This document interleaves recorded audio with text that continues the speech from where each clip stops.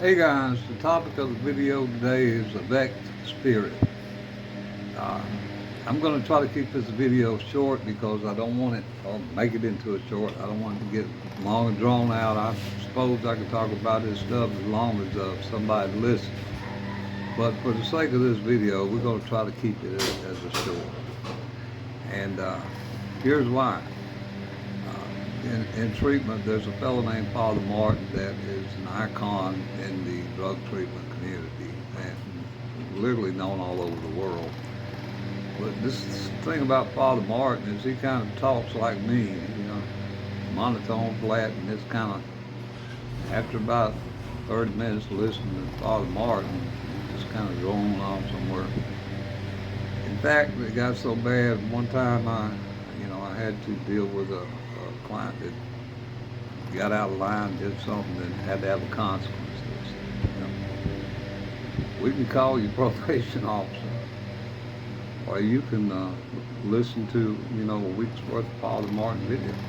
I looked at this, man, this is a no-brainer. Call the PO, please call the PO, and that's really kind of what it's like after the repetition. So I'll try to keep it entertaining, and I'll try to keep it short here.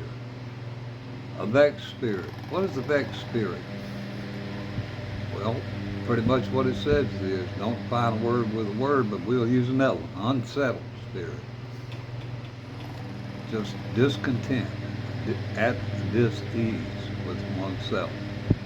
Uh,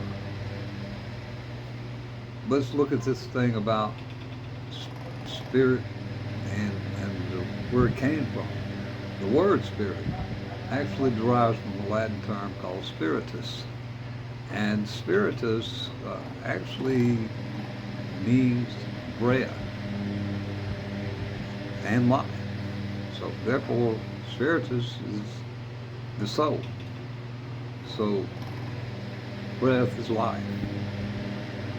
Now, if you look at it in that context, I'm not trying to propose a cosmic revelation about where the soul comes from. I don't know. I'm just reporting to you what the doctrine says about it and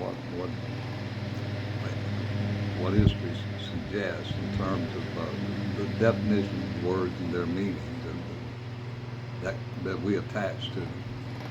So, how do we go about how do we go about doing something about a vexed soul?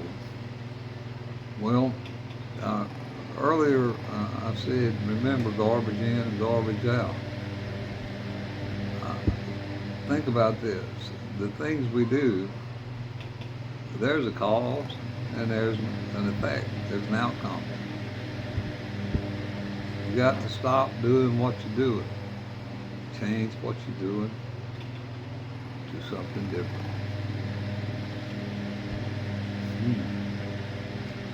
Stop doing what you're doing, change what you're doing, and do that something different.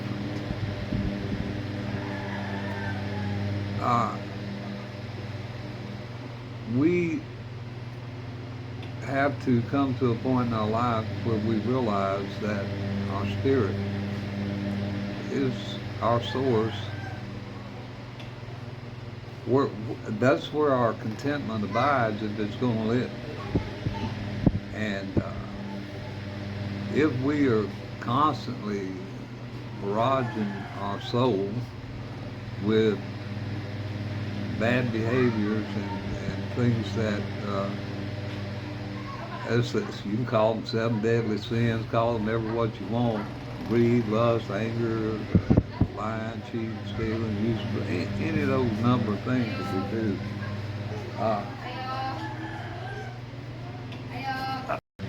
Sorry guys, got interrupted here in the sorry store. I'm going to show you my little recording studio here real quick. This is a pretty small area, and the store is over there, and actually the street's right there. It's a small community village, and we're in pretty close quarters, so I will hear a lot of noise, and I apologize, but there's not much I can do about it. We were talking about a vexed spirit, and the word spirit really meaning breath, breath literally meaning soul, and actually the term spirituality comes from the word spirit. So again, garbage in, garbage out. What we do is going to impact how we feel. So we can stop doing what we're doing. If what we're doing ain't working for us, we got to change our behaviors, find something that might work, then we got to do it. It's not rocket science. Being honest with yourself about your motive and your intent when you're in your daily life, what you're doing. I mean, we all can't be St. Peter, St. Paul, or one of these other saints they got over here. But what we can do is we can work on trying to do better each day and do that we know is right. Now, I don't get into biblical counseling, although I firmly believe in God, and that's my personal belief. I try not to impose that belief on others. But there's this thing called the Ten Commandments. Where they come from, how they got here, you can debate all you want. All I know is that they are pretty good direction, seems to me, for trying to live your life. Don't kill nobody, don't steal, don't covet your neighbor's wife. Remember Sabbath day and keep it holy. I don't know how many of them I know, but I try not to break too many of them if I'm aware of it. Don't take the Lord's name in vain. Common things that will, as we breathe, as our soul exists in this vessel we call a body, I reckon it's just like eating food. Think about it. If you put some trash in your body, well, what's going to happen? Your body's going to purge it. It's going to get rid of it. It's going to throw it up, going to excrete it. Well, when we put negative energy into our body by our deeds, our thoughts, and our actions, well, it's got to be stored somewhere. And actually, there are a lot of studies that suggest that trauma victims store pain in their body. Think about when a cow goes to slaughter. I know a little bit about this because I was at the farm when I was a younger fellow, and we had to move cattle to a cattle chute. And we'd ease them up there. We never tried to spook them and get them in there and whoop them or whatever else to get them to go where they needed to go. We didn't startle the cows because why? They tense up just like we do. And the meat tends to be tougher on cattle that have been crowded and plotted versus those that have been just gradually moved along. So, whether that's scientific or not, to prove out the point that pain is stored in our body, I just know intrinsically that it is because of some experiences that I've had with doing trauma groups, and I've seen the relief that comes when, in the appropriate setting, these persons allowed to, in a safe environment, to release this kind of pain. So, trying to stay on the topic here of the vexed spirit. Well, again, remember, guys, whatever you do, there's a consequence. I mean, there's a cause and there's an effect. If I go down out there and I rob the bank and I get shot, why'd I get shot? Because I robbed the bank.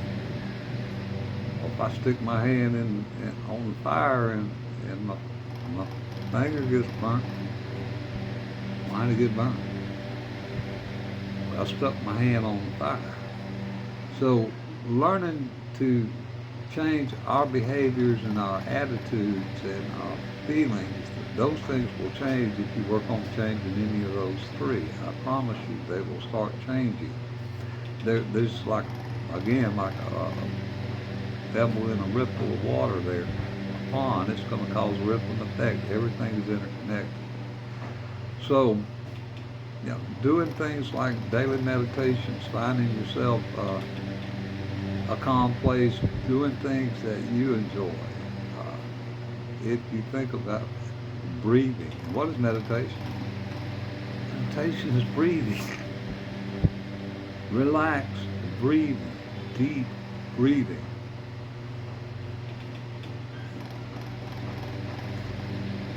I don't know if that's around 8 minute mark. I'm gonna look at the video when I get through here and check it. Anyhow, if any of this was helpful to you, please like and subscribe and share the video. I need all the support I can get getting this out to the folks that might need to hear. Thank you.